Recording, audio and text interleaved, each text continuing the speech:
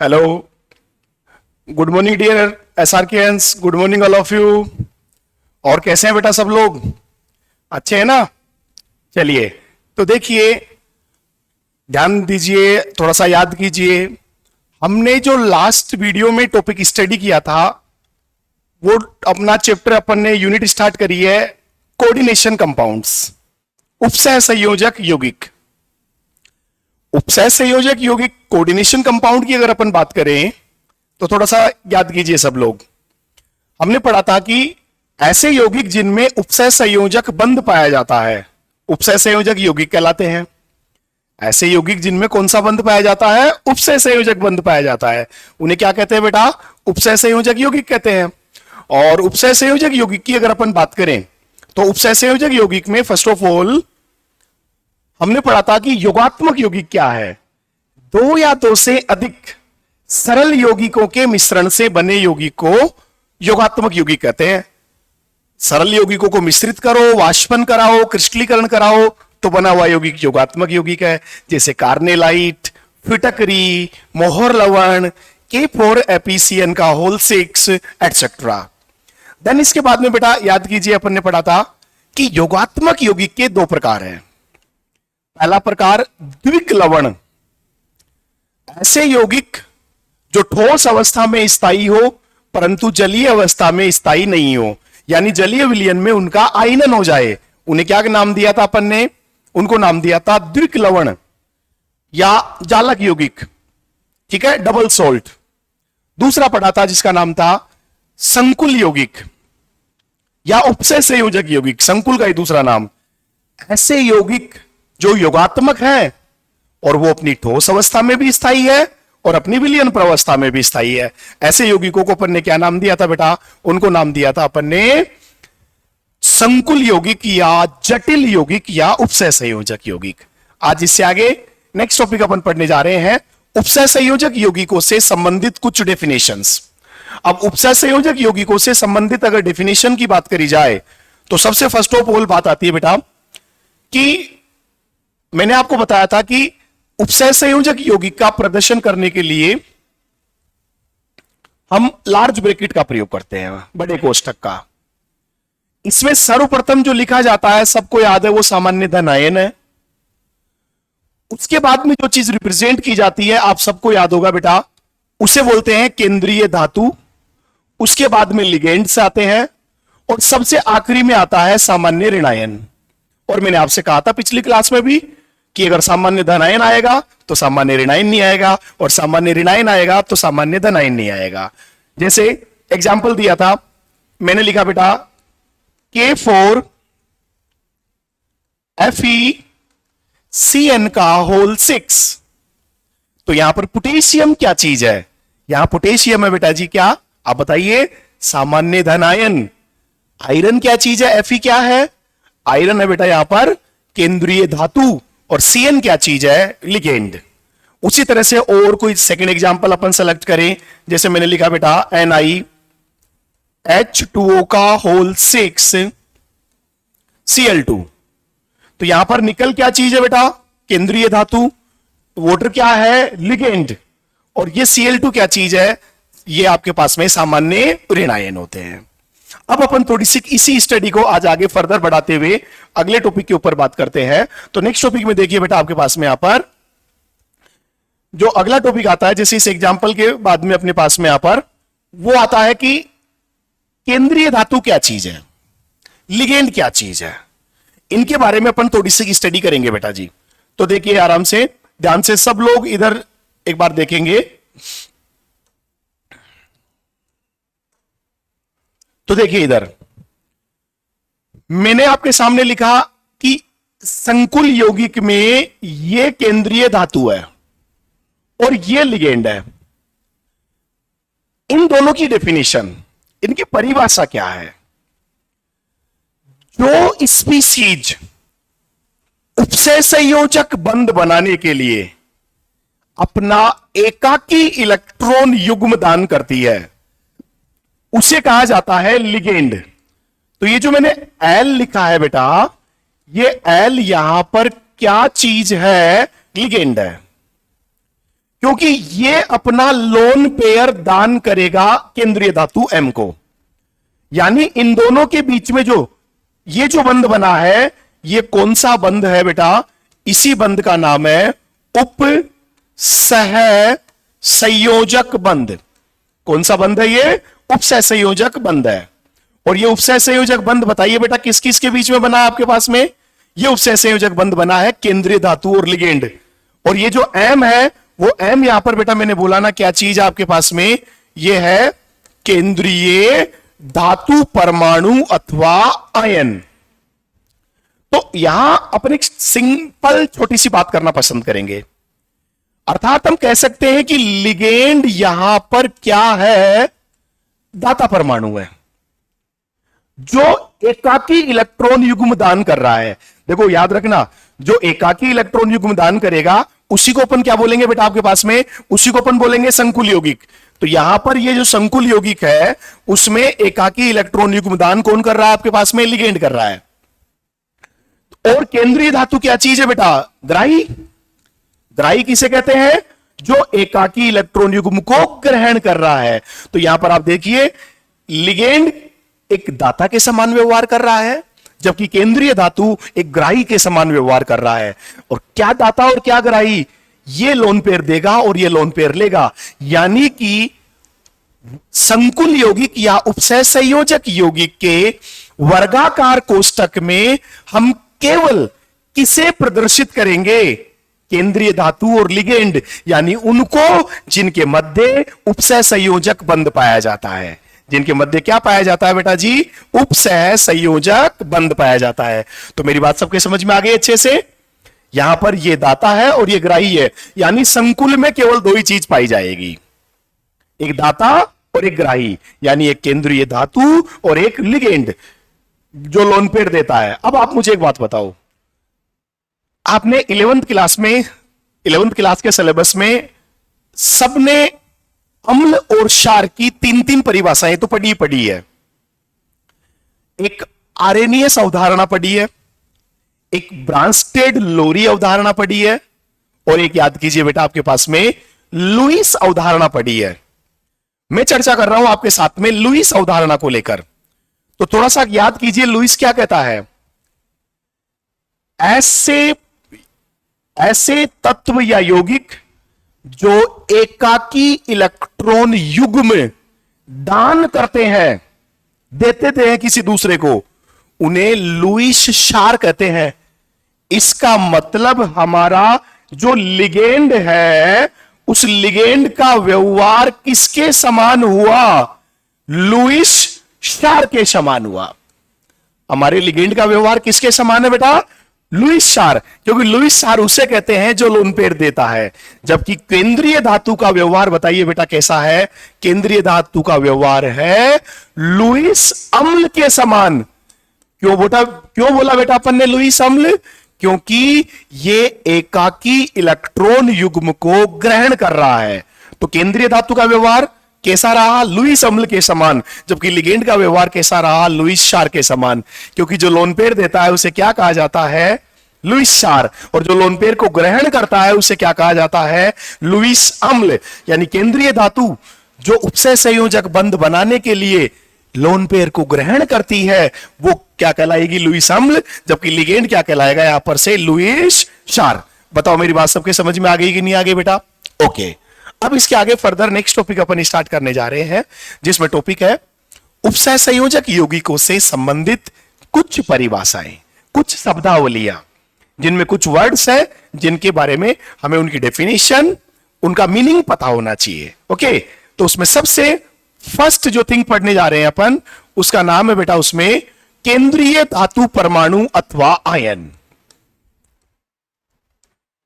ठीक है, जो इसमें पहली अपन पढ़ेंगे उसका क्या नाम है बेटा?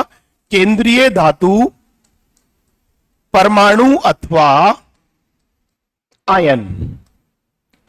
तो बात आती है केंद्रीय धातु परमाणु अथवा आयन किसे कहा जाता है? डेफिनेशन की बात करें तो बेटा केंद्रीय धातु परमाणु अथवा आयन की डेफिनेशन में बात आती है वह स्पीसीज जो उपसय संयोजक बंध बनाने के लिए एकाकी इलेक्ट्रॉन युग्म को ग्रहण करती है, वह स्पीसीज जो उपसय संयोजक बंध बनाने के लिए एकाकी इलेक्ट्रॉन युग्म को ग्रहण करती है, यानी लोन पेयर को ग्रहण करती है। और लोन पेयर को ग्रहण करने वाली स्पीसीज का ही याद रखना बेटा, क्या नाम लिखा जाता है? केंद्रीय धातु परमाणु अथवा आयन। तो केंद्रीय धातु परमाणु अथवा आयन वो स्पीसीज है जो एकाकी इलेक्ट्रॉन युग्म को एक्सेप्ट करती है। अब ये धनावेशित भी हो सकती है, उदासीन भी हो सकती है, मतलब इस पे प्लस भी हो सकता है। दूसरी बात ये उदासीन भी हो सकती है, और साथ में इसमें रिक्त कक्षक पाए जाने चाहिए। बड़ी इंपॉर्टेंट बात है। क्यों? क्योंकि बेटा इसको लोन पेयर ग्रहण करना है, और लोन पेयर तो ग्रहण कब कर पाएगी? जब इसके पास रिक्त कक्षक होंगे। अब कक्षक तो जानते हो ना कि परमाणु के पास कक्षक होते हैं, उन्हीं कक्षकों में एकाकी इलेक्ट्रॉन युग्म को ग्रहण किया जाएगा। इट मींस इनके पास जो वैकेंट ऑर्बिटल्स हैं, रिक्त कक्षक है, वो होने चाहिए, जब भी वो एक अच्छी केंद्रीय धातु होगी। और साथ में मैंने बता ही दिया इसका व्यवहार कैसा होगा बेटा, वो तो मैं आपको बता चुका ऑलरेडी, लुईस अम्ल के समान। क्यों बोला अपन ने लुईस अम्ल? क्योंकि इसका कार्य है एकाकी इलेक्ट्रॉन युग्म को ग्रहण करना। ओके, अब इसके आगे देखिए बेटा आप लोग, इसके बाद में नेक्स्ट टॉपिक, दूसरी परिभाषा आती है बेटा, उसका नाम है लिगेंड। जो सेकंड डेफिनेशन अपन पढ़ने जा रहे हैं उसका क्या नाम है? लिगेंड। तो बात आती है लिगेंड किससे कहा जाता है? वह स्पीसीज जो उपसय संयोजक बंध बनाने के लिए एकाकी इलेक्ट्रॉन युग्म प्रदान करती है, डोनेट करती है। वह स्पीसीज जो उपसय संयोजक बंध बनाने के लिए एकाकी इलेक्ट्रॉन युग्म दान करती है, उसी स्पीसीज को क्या नाम दिया जाता है बेटा? लिगेंड का नाम दिया जाता है। तो लिगेंड वो स्पीसीज है, वो प्रजाति है जो एकाकी इलेक्ट्रॉन युग्म को डोनेट करती है, और जो लोन पेयर डोनेट करता है उसे ही अपन क्या कहते हैं बेटा आपके पास में? उसी को अपन बोलते हैं लिगेंड। तो लिगेंड का काम है लोन पेयर को देना, यानी एज ए दाता, डोनर एटम, दाता परमाणु की तरह व्यवहार करेगा। और साथ में इसकी नेचर, इसकी प्रकृति किसके समान होगी? लुईस शार के समान होगी। क्यों होगी बेटा लुईस शार? क्योंकि ये लोन पेयर दे रहा है। अब आगे बताऊंगा लिगेंड कौन होते हैं, कैसे देते हैं, वो आप नेक्स्ट वीडियो में अपन पढ़ेंगे। टॉपिक अभी तो स्टार्ट किया है, लेकिन अभी इतना पता है कि वो स्पीसीज जो लोन पेयर दान करे, क्यों? उपसय संयोजक बंध बनाने के लिए। वही स्पीसीज क्या कहलाने वाली है? लिगेंड कहलाने वाली है। अब ये ऋणावेशित स्पीसीज भी हो सकती है, उदासीन भी हो सकती है, इवन दो कुछ धनावेशित स्पीसीज भी है जो एज ए लिगेंड बिहेव कर सकती है। कहने का मतलब इस पर किसी भी प्रकार का आवेश पाया जा सकता है। और प्रकृति मैंने बताई थी बेटा, इसकी प्रकृति कैसी होती है? लुईस शार के समान। जैसे लिगेंड के कुछ एग्जाम्पल मैंने कहा, NH3। तो NH3 का नाम सब जानते हो बेटा, अमोनिया है, और नाइट्रोजन पर एक लोन पेयर पाया जाता है। इसका मतलब ये नाइट्रोजन अपना लोन पेयर किसे दान करेगा? केंद्रीय धातु को। अर्थात इसका व्यवहार कैसा हुआ? दाता, ये लोन पेयर दे सकता है केंद्रीय धातु को। और कौन सा बंध बनाएगा? उपसय संयोजक। और जो उपसय संयोजक बंध बनाएगा तो उसका नाम उपसय संयोजक यौगिक है, और ये खुद क्या कहलाएगा? लिगेंड, क्योंकि इसने लोन पेयर दान कर दिया। ओके, अर्थात इसकी प्रकृति लुईस शार के समान हो गई बेटा आपके पास में यहां पर।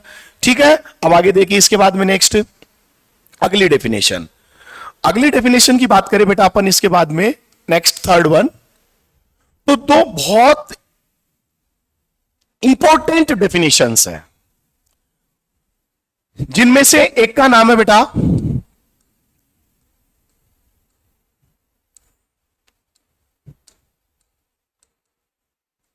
समन्वय मंडल। क्या बोला मैंने? समन्वय मंडल। और इसी के साथ एक नेक्स्ट डेफिनेशन और बताऊंगा बेटा मैं आपको, जिसका नाम है आयनिक मंडल। तो आपको यहां पर दो डेफिनेशंस अच्छे से समझनी है। एक समन्वय मंडल किसे कहते हैं और एक आयोनिक मंडल किसे कहते हैं। तो बहुत सिंपल है बेटा, बिल्कुल परेशान नहीं हो, बिल्कुल इजी वे में आंसर दीजिएगा। देखो पहले अपन इसको समझते हैं, देन उसके बाद में डेफिनेशन बताएंगे। हम जो वर्गाकार कोष्टक में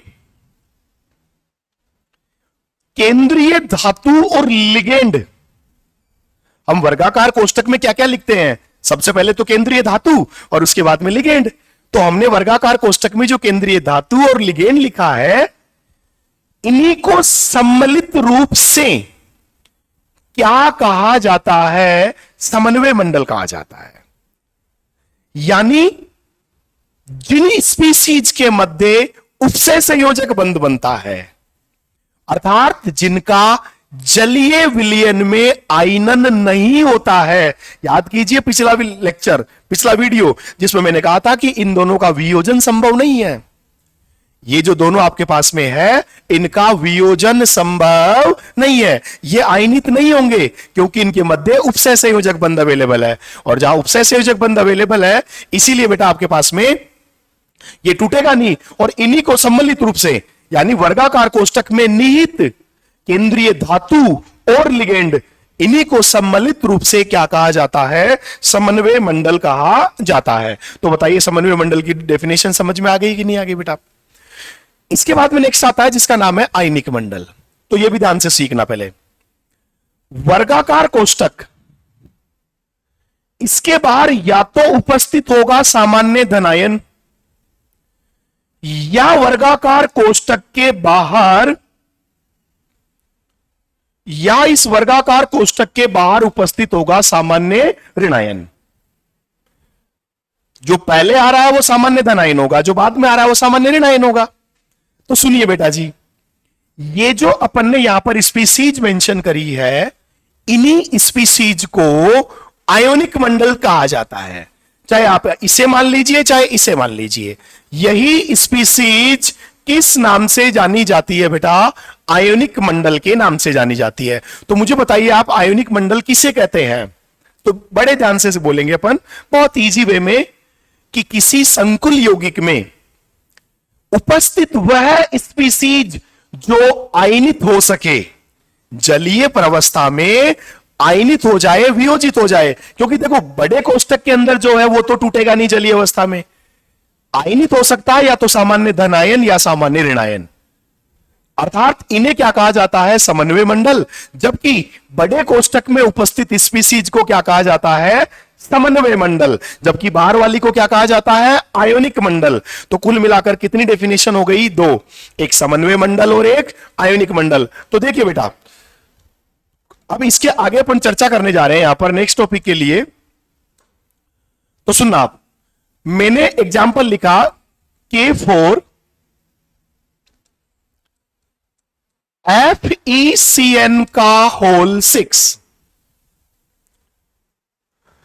और मैंने आपसे यहां पर क्वेश्चन पूछा कि मुझे आप ये बताइए कि यहां पर K4 तो क्या है और बाकी बचा FeCN का होल 6 क्या है। तो हमें पता है ये सामान्य धनायन है, इसका आयनन हो सकता है। अतः बेटा इसे क्या कहा जाएगा, इसे हम बोलेंगे आयनिक मंडल।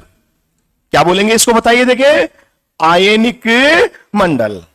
जबकि जो लार्ज ब्रैकेट में बड़े कोष्टक में स्पीसीज लिखी हुई है Fe और Cn का होल 6, बेटा इन्हें क्या नाम दिया जाएगा बताइए, समन्वय मंडल, क्योंकि इनका वियोजन संभव नहीं है।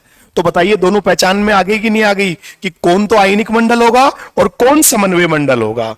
ओके, अब इसके बाद में नेक्स्ट सुनिए बेटा, देखो आप, मैंने नेक्स्ट एग्जांपल लिखा आपके सामने बेटा।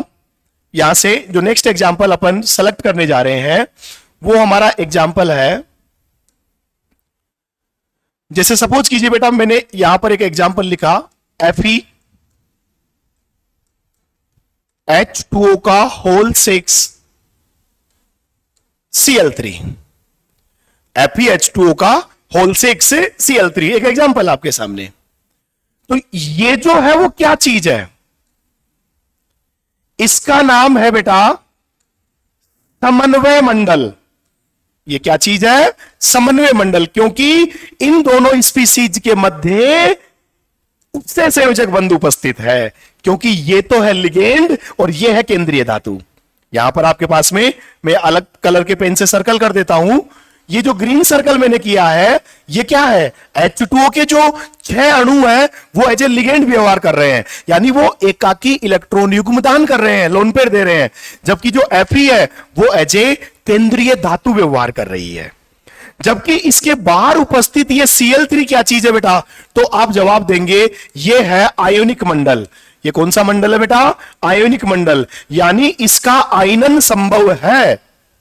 ये जलीय विलयन में त्यागा जा सकता है, लेकिन ये दोनों नहीं त्यागे जा सकते, क्योंकि इनके मध्य उपसय संयोजक बंध उपस्थित है। बताइए मेरी बात समझ में आ गई कि नहीं आ गई सबके? ओके, अब देखिए बेटा इसके बाद में नेक्स्ट, अब एक और लास्ट एक जो है एग्जांपल और लिख रहा हूं आपके सामने में, आप मुझे बताइएंगे।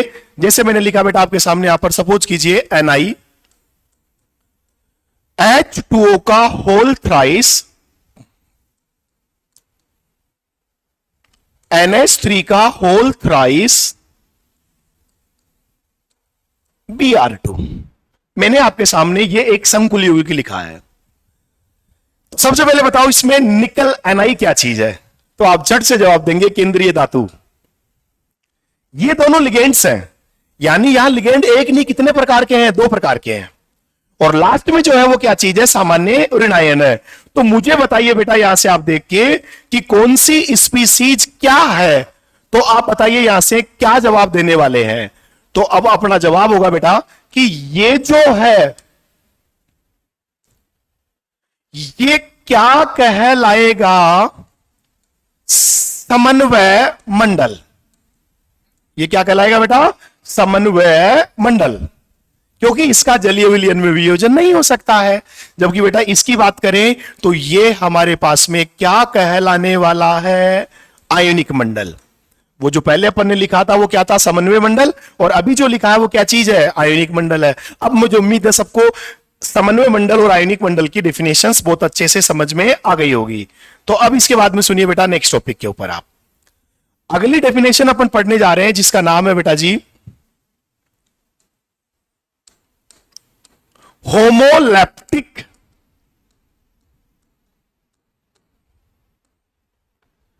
एवं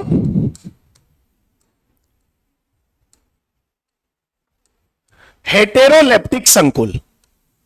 अगली जो डेफिनेशन है वो क्या चीज है बेटा? होमोलैप्टिक एवं हेटेरोलैप्टिक संकुल। तो बात आती है होमोलैप्टिक एवं हेटेरोलैप्टिक संकुल किसे कहते हैं? ठीक है, तो अगली डेफिनेशन में हम जो पढ़ने वाले हैं वो हमारा टॉपिक क्या है बेटा? होमोलैप्टिक एंड हेटेरोलैप्टिक संकुल। तो आप मुझे बताइए किसे कहते हैं होमोलैप्टिक और हेटेरोलैप्टिक संकुल?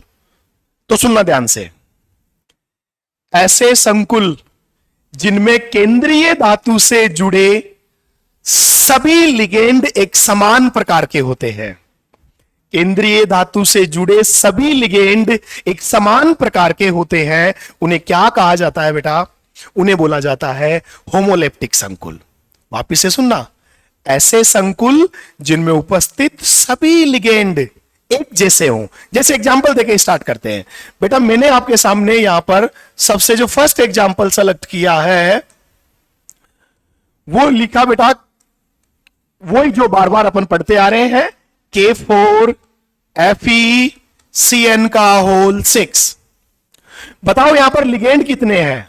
6 है बेटा। CN साइनाइड यहां पर एज ए लिगेंड है और क्वांटिटी में कितने हैं? 6 है। तो इसे अपन जो 6 लिगेंड्स अवेलेबल है यहां पर, इन्हें अपन क्या बोलेंगे आपके पास में? इन्हें इसको बोलेंगे होमोलैप्टिक, क्योंकि सारे के सारे लिगेंड, टोटल लिगेंड है कितने? टोटल लिगेंड अपने पास में यहां पर जो है हमें जो दिखाई दे रहे हैं वो टोटल लिगेंड 6 है और पूरे 6 के 6 साइनाइड ही है, दूसरा प्रकार नहीं है। और सारे लिगेंड अगर एक जैसे प्रकार के होंगे तो ही उसे क्या कहा जाएगा? होमोलैप्टिक संकुल के नाम से जाना जाएगा। अभी भी नहीं आई मेरी बात समझ में? और नेक्स्ट एग्जांपल ले लेते हैं। मैंने अगला एग्जांपल लिखा बेटा NiH2O का होल 6 Cl2। हमें केवल किससे मतलब है? हमें बेटा मतलब है केवल और केवल लिगेंड से। और आप लिगेंड देखिए यहां पर 6 है, और 6 के 6 ही वाटर मॉलिक्यूल है, दूसरा टाइप नहीं है, सारे के सारे सेम है। और मैंने कहा ना, ये भी यदि किसी कॉम्प्लेक्स में संकुल में उपस्थित सभी लिगेंड एक जैसे प्रकार के हो तो उसे क्या नाम दिया जाता है? होमोलेप्टिक संकुल का नाम दिया जाता है। बताओ मेरी बात समझ में आ गई कि नहीं आ गई? अगले तरफ पे आ जाओ, हेटेरोलेप्टिक संकुल, ऐसे संकुल जिनमें जुड़े हुए केंद्रीय धातु के साथ जुड़े हुए लिगेंड भिन्न भिन्न प्रकार के हों। ऐसे संकुल जिनमें केंद्रीय धातु से बंधित उपसहसंयोजक बंध से बंधित लिगेंड भिन्न भिन्न प्रकार के हों, उन्हें क्या कहा जाता है? हेटेरोलेप्टिक संकुल कहा जाता है। जैसे एग्जांपल के लिए देखना बेटा, एक बार मैंने आपके सामने यहां पर लिखा FeH2O का होल थ्राइस Cl3। अब देखो मैंने अब की बार क्या किया है, H2O और Cl3 दोनों लार्ज ब्रैकेट के अंदर है। और अब आपको मैं कितनी बार बता चुका अब तो कि लार्ज ब्रैकेट के अंदर जो स्पीसीज आती है ना, वो लार्ज ब्रैकेट में आने वाली स्पीसीज एक तो केंद्रीय धातु होगी और लिगेंड होगी। क्या क्या होती है बेटा वो स्पीसीज? केंद्रीय धातु और लिगेंड। जैसे अपने पास यहां पर अवेबिलिटी की अपन बात करें तो ये जो है ना वो तो केंद्रीय धातु है Fe तो, और ये सारे लिगेंड है। यानी टोटल लिगेंड कितने हैं? 3 और 3 6, 6 में से 3 तो है वाटर और 3 क्या चीज है जो है आपके पास में? Cl, यानी क्लोराइड। ये Cl माइनस है, क्लोराइड की फॉर्म में, आगे बताऊंगा इसको। तो ये दो तरह के लिगेंड है, और लिगेंड अगर एक से ज्यादा प्रकार का हो गया तो उसे क्या कहा जाएगा? हेटेरोलेप्टिक संकुल। तो बताइए ये किसका एग्जाम्पल हुआ? हेटेरोलेप्टिक संकुल का एग्जाम्पल। चलो एक और नेक्स्ट एग्जाम्पल मैं आपके सामने यहां पर रिप्रेजेंट करता हूं बेटा। और वो नेक्स्ट एग्जाम्पल सपोज कीजिए अपन ने ले लिया, जैसे सपोज कीजिए नेक्स्ट एग्जांपल की अपन ने बात करें तो PT NH3 H2O Cl Br। मैंने आपके सामने के एग्जांपल लिखा, तो ये प्लेटिनम है बेटा, PT है ना, ये तो केंद्रीय धातु है। ये जो प्लेटिनम है PT वो तो क्या चीज है? केंद्रीय धातु है। बाकी जो बचे हुए हैं वो सब लिगेंड है। अब क्वांटिटी में, संख्या में कितने हैं? 1 2 3 4। तो लिगेंडों की संख्या में कितनी दिखाई दे रही है? 4। और एक बड़ी इंटरेस्टिंग बात है कि सभी चारों लिगेंड आपके पास, आप देखिए बेटा, गौर कीजिए, डिफरेंट डिफरेंट है, अलग अलग प्रकार के हैं। और अगर लिगेंड अलग अलग प्रकार के हों तो उसे क्या कहा जाता है? उसे कहा जाता है हेटेरोलेप्टिक संकुल। इवन दो एक लास्ट एग्जांपल और देखिए बेटा आप लोग, जैसे मैंने लिखा बेटा FeH2O का होल 5 Cl Br2। यहां आप मुझे बताइए टोटल लिगेंड 6 है, 5 तो है वाटर मॉलिक्यूल है जे लिगेंड, और एक है आपका क्लोराइड। तो 5 और 1 कितने हो गए? 6। तो 6 लिगेंड है, लेकिन 5 एक जैसे हैं, एक अलग है। एक भी अलग हो गया तो उसे क्या कहा जाएगा? हेटेरोलेप्टिक संकुल। तो बताओ होमोलेप्टिक और हेटेरोलेप्टिक दोनों वर्ड समझ में आ गए कि नहीं आ गए? अगर किसी संकुल यौगिक में केंद्रीय धातु से जुड़े सभी लिगेंड एक समान प्रकार के होते हैं तो उसे होमोलेप्टिक संकुल कहते हैं, और अगर केंद्रीय धातु से जुड़े लिगेंड अलग अलग प्रकार के होते हैं तो उसे हेटेरोलेप्टिक संकुल कहते हैं। बताओ बेटा यहां तक का सबके समझ में आ गया कि नहीं आ गया? कोई डाउट किसी को किसी प्रकार का? ओके, अगली परिभाषा पढ़ते हैं बेटा अपन नेक्स्ट इसमें, और उसका नाम है समन्वय बहुफलक। तो अगला जो अपने पास में है उसका क्या नाम है बेटा? समन्वय बहुफलक। बात आती है समन्वय बहुफलक किसे कहा जाता है? किसी संकुल यौगिक में केंद्रीय धातु से जुड़े, किसी संकुल यौगिक में केंद्रीय धातु से जुड़े या बंधित लिगेंडों की त्रिविमीय व्यवस्था या 3D अरेंजमेंट, आकाशीय व्यवस्था, कि केंद्रीय धातु से लिगेंड किस व्यवस्था में जुड़े हुए हैं, किस ज्यामिति के साथ जुड़े हुए हैं, उसी को समन्वय बहुफलक कहा जाता है। तो समन्वय बहुफलक कोऑर्डिनेशन पॉलीहेड्रन किसे कहा जाता है? दोबारा से परिभाषा सुनिए। किसी संकुल यौगिक में केंद्रीय धातु से जुड़े लिगेंडों की त्रिविमीय व्यवस्था, केंद्रीय धातु से जुड़े लिगेंडों की त्रिविमीय व्यवस्था को समन्वय बहुफलक कहा जाता है। बताइए मेरी बात समझ में आ गई कि नहीं आएगी बेटा? तो समन्वय बहुफलक क्या चीज है? केंद्रीय धातु से जुड़े हुए लिगेंडों की त्रिविमीय आकाशीय व्यवस्था। जैसे मैं आपके सामने कुछ एग्जांपल्स रिप्रेजेंट करता हूं। मैंने सबसे पहला एग्जांपल लिखा Ml2, यानी एक ये संकुल है जिसमें M एक केंद्रीय धातु है और साथ में 2 लिगेंड जुड़े हुए हैं। कितने? 2। तो 2 लिगेंड अगर जुड़े हुए हैं तो याद रखना इसकी व्यवस्था आप कुछ इस तरह से बनाएंगे। M के साथ एक La और एक La, 2 लिगेंड हो गए, यानी ये अपने लोन पेयर इसे दान कर रहे हैं केंद्रीय धातु को। तो कितने उपसय संयोजक बंध बने? 2। और इस वाली ज्यामिति को प्रत्येक बच्चा को अच्छे से जानता होगा बेटा, क्या बोला जाएगा? रेखीय। ये कौन सी ज्यामिति है आपके पास में? रेखीय ज्यामिति है। तो अपने पास सबसे पहले बताइए क्या चीज है? समन्वय बहुफलक, जिसमें कौन सी ज्यामिति देखने को मिली? रेखीय, जिसको अपन इंग्लिश में बोल सकते हैं लीनियर ज्योमेट्री है। ओके? कब? जब लिगेंडों की संख्या कितनी होगी? 2। अगर सपोज कीजिए किसी संकुल यौगिक में आपके पास लिगेंडों की संख्या 3 है, जैसे मैंने एक संकुल लिखा बड़े ब्रैकेट में Ml3, जहां M तो केंद्रीय धातु है और L क्या चीज है बेटा? लिगेंड है। अब इस Ml3 की बात करें तो यहां M के साथ में कितने लिगेंड जुड़े हुए हैं? 3। तो आप 3 लिगेंडों की यह व्यवस्था बनाओगे, और पता है 3 लिगेंडों से बनी इस व्यवस्था को, यहां एक लिगेंड, ये दूसरा और ये तीसरा, और ये अपने लोन पेयर दान कर रहे हैं केंद्रीय धातु को। और इस व्यवस्था को पता क्या कहा जाता है? त्रिकोणीय। क्या बोला जाएगा बेटा आपके पास में यहां पर? त्रिकोणीय। त्रिकोणीय समतलीय। आगे क्या बोलोगे? त्रिकोणीय समतलीय। ठीक है? तो बताओ आपके पास में बनानी आ गई कि नहीं आ गई? सब लोगों को क्लियर है? आगे सुनिए बेटा, इसके बाद में नेक्स्ट। माना हमारे पास नंबर ऑफ लिगेंड्स 4 हैं। एक संकुल है Ml4 और उसमें लिगेंड कितने हैं? 4। तो इसके समन्वय बहुफलक की ज्यामिति 2 तरह की हो सकती है। आपने नाम सुना होगा सबने। पहले ये केंद्रीय धातु M, ये पहला, ये दूसरा, ये तीसरा और ये चौथा। अगर इस तरह से आप ज्यामिति बना रहे हैं बेटा, तो इस ज्यामिति में अपने पास में एक तो ये पैटर्न हो गया। दूसरे पैटर्न की बात करें अपन लोग, तो दूसरा पैटर्न यहां पर ये हो गया कि ये M है और इसके साथ में ये लिगेंड्स जुड़ गए। वही 4 लिगेंड इस पे जुड़े हुए और 4 लिगेंड आपके पास इस ऊपर वाले पे जुड़े हुए थे। तो मैं आपसे क्वेश्चन पूछ रहा हूं यहां पर कि इसका नाम क्या है और इसका नाम क्या है? क्योंकि मैंने क्या बोला था? केंद्रीय धातु से जुड़े लिगेंडों की त्रिविमीय व्यवस्था या 3 डायमेंशियल स्ट्रक्चर। अब ये 2 तरह का बन सकता है 4 के साथ में, और इस वाले का नाम प्रत्येक बच्चे को ध्यान है बेटा, चतुष्फलकीय। क्या नाम है इसका? चतुष्फलकीय ज्यामिति।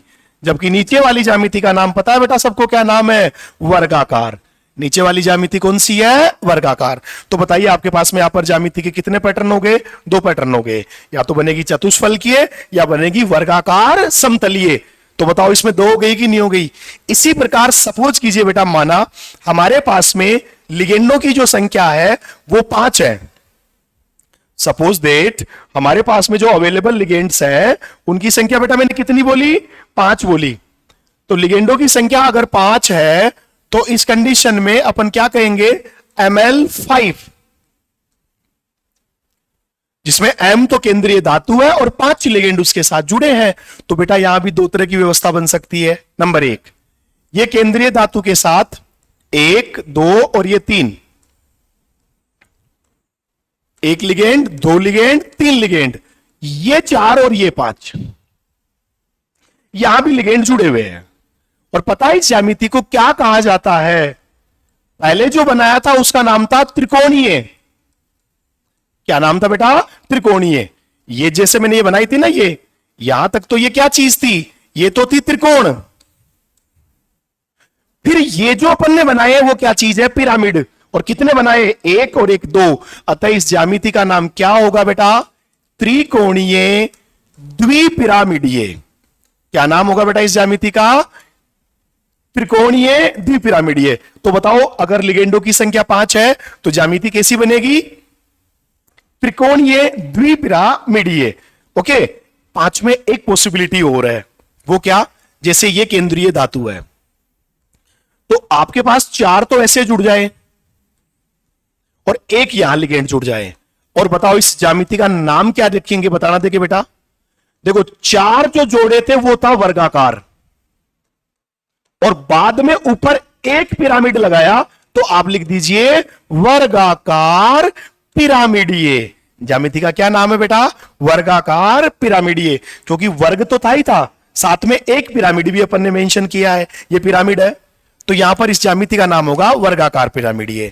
इसी प्रकार से अगर अपन बात करें बेटा, तो नेक्स्ट आता है लास्ट एक और, कि माना हमारे पास लिगेंडों की संख्या 6 है। तो लिगेंडों की संख्या अगर 6 है तो बनने वाली ज्यामिति का नाम याद कर लीजिए बेटा, क्या होगा? अष्टफलकीय। ज्यामिति कैसी बनेगी? अष्टफलकीय। और याद रखना, ये अष्टफलकीय ज्यामिति हम बनाएंगे किस तरह से, वो भी साथ के साथ सीख लीजिए बेटा। आप तो बिल्कुल सिंपल मेथड में याद रखें, ये केंद्रीय धातु के साथ इस तरह से बनाएंगे बेटा, और इस पे 2 पिरामिड लगा दीजिए आप। ठीक है, अब ये जो 2 पिरामिड लगाने के बाद में एक तरह से मानो ये ज्यामिति तैयार हो गई। अगर इसे कनेक्ट कर दूं तो 1 2 3 4 5 और 6 लिगेंड मैंने जोड़े, और यही ज्यामिति कौन सी है? अष्टफलकीय ज्यामिति भी है, जो रिजेंबल करती है, मिलती जुलती है किससे? वर्गाकार द्विपिरामिडीय। देखो ये वर्ग था जिसपे मैंने 2 पिरामिड खींचे हैं, तो वर्गाकार पिरामिडीय या अष्टफलकीय ज्यामिति। और ये कितने लिगेंड के साथ आएगी? जब लिगेंडों की संख्या संकुल में कितनी होगी? 6। तो जैसे अब मैंने आपके सामने क्वेश्चन लिखा बेटा, और मैंने लिखा पीटी NH3 का होल 4 Cl2, और आपसे क्वेश्चन पूछा कि बताइए इसकी ज्यामिति कैसी होगी, या इसका समन्वय बहुफलक कैसे बनेगा। तो आपको यह देखना है ये संख्या कितनी है। तो देखो लिगेंडों की संख्या है 4, और मैंने क्या कहा? 4 लिगेंड की संख्या आने का मतलब या तो चतुष्फलकीय या वर्गाकार समतलीय, या तो चतुष्फलकीय या वर्गाकार समतलीय, दोनों में से कोई सी एक आने वाली है। तो अब वो कौन सी आएगी, वो तो जब अपन स्टडी वापिस अभी आगे मैं बताऊंगा आपको कि इन दोनों में से कौन सी आएगी, वो अपन नेक्स्ट वीडियोस में पढ़ेंगे। इसकी टॉपिक को बहुत डिटेल से स्टडी करेंगे, इसका संकरण हाइब्रिडाइजेशन याद करेंगे, जब बताऊंगा मैं कैसे पता करते हैं। लेकिन अभी इतना आइडिया लग गया कि या तो चतुष्फलकीय होगी या वर्गाकार होगी। बेटा मैंने आपके सामने एक एग्जाम्पल लिखा FeCO का होल 5। अब क्लियर है, या लिगेंडों की संख्या 5 है। 5 है इसका मतलब या तो होगा त्रिकोणीय द्विपिरामिडीय, क्योंकि आप याद कीजिए मैंने आपको 5 के साथ 2 पढ़ाई थी बेटा। 5 वाले में कितनी पढ़ी थी अपन ने? 2 पढ़ी थी। कौन कौन सी 2 पढ़ी थी? देखो 5 में एक तो पढ़ी थी त्रिकोणीय द्विपिरामिडीय और एक वर्गाकार, तो इन दोनों में से कोई सा एक होगा। ठीक है, मैंने आपके सामने एग्जाम्पल लिखा बेटा, सपोज कीजिए K4 FeCN का होल 6, और मैंने आपसे पूछा कि बताइए इस K4 FeCN के होल 6 की ज्यामिति किस प्रकार की होगी। तो कंफर्म बात है, इसमें लिगेंडों की संख्या आप देखिए बेटा कितनी दिख रही है? 6, और 6 लिगेंड दिखाई देने का क्लियर मतलब हो गया है कि 6 लिगेंड अगर इसमें अवेलेबल है तो इसकी ज्यामिति कैसी होने वाली है बेटा? ये आपके पास में एक ऐसा संकुल है अष्टफलकीय, क्योंकि इसमें लिगेंडों की संख्या कितनी है? 6 है। चलो मैंने आपके सामने लिखा बेटा Ag NH3 का होल ट्वाइस प्लस एक संकुल लिखा, और मैंने पूछा बताइए बेटा इसकी ज्यामिति कैसी होगी। तो आप झट से जवाब देंगे, इसमें लिगेंडों की संख्या कितनी दिख रही है? 2 का मतलब इसकी ज्यामिति होने वाली है रेखीय, क्योंकि मैंने आपको शुरू में बताया था बेटा कि अगर किसी में लिगेंडों की संख्या 2 दिख रही है तो उसकी ज्यामिति कैसे आने वाली है? रेखीय आने वाली है। बताओ मेरी बात समझ में आ गई कि नहीं आ गई सबके? तो ये आप देखिए बेटा, यहां पर से 2 के साथ में ज्यामिति रेखीय, ये 2 में अगर लिगेंडों की संख्या 2 है तो ज्यामिति कैसी होगी? रेखीय होगी। अब बताइए यहां तक का मटेरियल सबके समझ में आ गया कि नहीं आ गया? तो आज अपन ने कुछ डेफिनेशंस पढ़ी जो किससे रिलेटेड थी? कोऑर्डिनेशन कंपाउंड्स थे। जैसे सबसे पहले डेफिनेशन की अगर अपन बात करते हैं बेटा, तो अपन ने फर्स्ट डेफिनेशन स्टडी करी, क्या नाम था उसका? केंद्रीय धातु किसे कहते हैं? जो स्पीसीज उपसय संयोजक बंध बनाने के लिए एकाकी इलेक्ट्रॉन युग्म ग्रहण करती है उसे क्या कहा जाता है बेटा? केंद्रीय धातु कहा जाता है। फिर दूसरी डेफिनेशन थी लिगेंड। जो उपसय संयोजक बंध बनाने के लिए एकाकी इलेक्ट्रॉन युग्म दान करते हैं उन्हें क्या कहा जाता है? लिगेंड।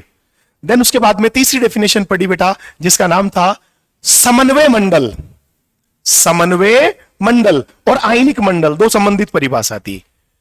जिस स्पीसीज के मध्य उपसय संयोजक बंध होता है यानी जो वर्गाकार कोष्टक में लिखी जाती है उन्हें कहते हैं समन्वय मंडल, कोऑर्डिनेशन स्फीयर।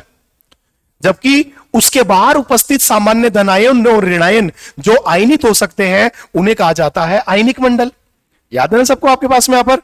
ठीक है, तो देखिए आपके पास में ये जैसे एग्जांपल्स की बात करें अपन इसके, तो देखिए समन्वय मंडल जो अंदर है वो समन्वय मंडल और बाहर वाला क्या है? आयनिक मंडल। जैसे ये पूरा समन्वय मंडल है, ये क्या था? आयनिक मंडल है। फिर अगली डेफिनेशन पढ़ी जिसका क्या नाम था बेटा? होमोलेप्टिक और हेटेरोलेप्टिक संकुल। ऐसे संकुल यौगिक जिनमें केंद्रीय धातु से जुड़े सभी लिगेंड एक समान प्रकार के होते हैं वो क्या कहलाते हैं? होमोलेप्टिक। और अगर लिगेंड अलग अलग प्रकार के लिगेंड है तो उसे क्या कहा जाएगा? हेटेरोलेप्टिक संकुल कहा जाएगा। ओके, देन इसके बाद में जो नेक्स्ट टॉपिक अपन ने पढ़ा उसका क्या नाम था बेटा? समन्वय बहुफलक। किसे कहते हैं समन्वय बहुफलक? केंद्रीय धातु से जुड़े लिगेंडों की त्रिविमीय व्यवस्था को, केंद्रीय धातु से जुड़े लिगेंडों की त्रिविमीय व्यवस्था को क्या कहा जाता है? समन्वय बहुफलक। जैसे 2 है तो रेखीय, 3 है तो त्रिकोणीय, अगर आपके पास में संख्या 4 है तो या तो होगी चतुष्फलकीय या होगी वर्गाकार समतलीय। 5 अगर आ गई बेटा आपके पास में यहां पर तो 5 में 2 आएगी। कौन कौन सी 2 आएगी बताइए? 5 में नंबर 1 जो आने वाला है वो तो आएगा बेटा आपके पास में त्रिकोणीय द्विपिरामिडीय। कैसा है? त्रिकोणीय द्विपिरामिडीय, ये रहा। और अगर 5 में ऐसा है तो वर्गाकार पिरामिडीय। ओके, और लास्ट में अगर लिगेंडों की संख्या 6 है तो बताइए बेटा कैसी ज्यामिति आने वाली है? अष्टफलकीय। अब बताइए यहां तक का मटेरियल प्रत्येक बच्चे के अच्छे से समझ में आ गया कि नहीं आ गया? कोई डाउट हो तो आप मेरे से कंसल्ट कर सकते हैं बेटा। आप अपने एसआरके का जो ऐप है उसके थ्रू भी आप मेरे से प्रॉब्लम शेयर कर सकते हैं। यहां तक अगर आपके पास में कोई डाउट हो तो आप मेरे से ऐप के थ्रू जो है शेयरिंग कर सकते हैं, क्वेश्चन की डाउट आप पूछ सकते हैं। ओके, उम्मीद है यहां तक का आपको अच्छे से समझ में आ गया होगा। इससे नेक्स्ट टॉपिक अगले वीडियो में पढ़ेंगे। Okay, thank you, have a nice day.